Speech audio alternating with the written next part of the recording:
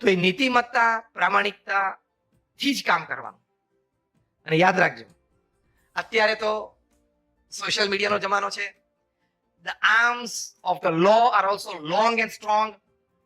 એટલે આજે નહીં તો કાલે ને કાલે તો પરમિશે વાત તો બહાર આવશે જ. હા કે ના? ભલભલાની આવે છે ને, યસ રાતોરાત નો થઈ જાય છે કે નહીં? ખબર પડી શું બોલ્યો? યસ બેંક રાતોરાત નો બેંક થઈ જાય છે કે નહીં? યસ બેંક રાતોરાત નો બેંક થઈ જાય છે કે નહીં? અને બે જણા જે ભાગી ગયા છે, કોઈક લંડન જતો રહે, કોઈક કેરેબિયન આઇલેન્ડ જતો રહે, એ બંનેનું ભેગું કરો તો એ પાછું એક નવું કૌભાંડ નીકળ્યું છે. એ બંનેનું ભેગું કરો એના કરતા રકમ વધી જાય. કશી વાત છુપી નથી. The world is round. It has no corners. So it does not have the place to keep your wrongs.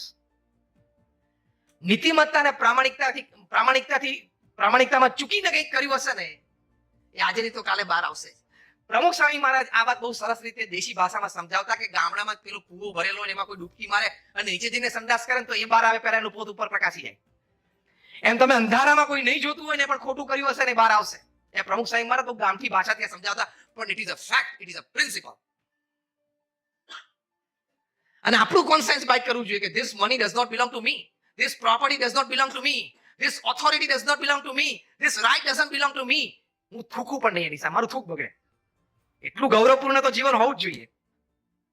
તો at the end of your life 80, 85, 90 તમે જીવતા હોય, you can put your hand on your chest and tell yourself, yes, I lived my life. બાકી તો it's a dog life, donkey life and cat life. એટલે નીતિમત્તા અને પ્રામાણિકતા. અને નીતિમત્તા અને પ્રામાણિકતાથી તમે કામ કરો તો લોકો તમને ખભે બેસાડીને ઉચકીને દિલ્હીની ગાદી પર બેસાડી દેશે. ત્રીજી વારે બેસાડે, ચોથી વારે બેસાડે.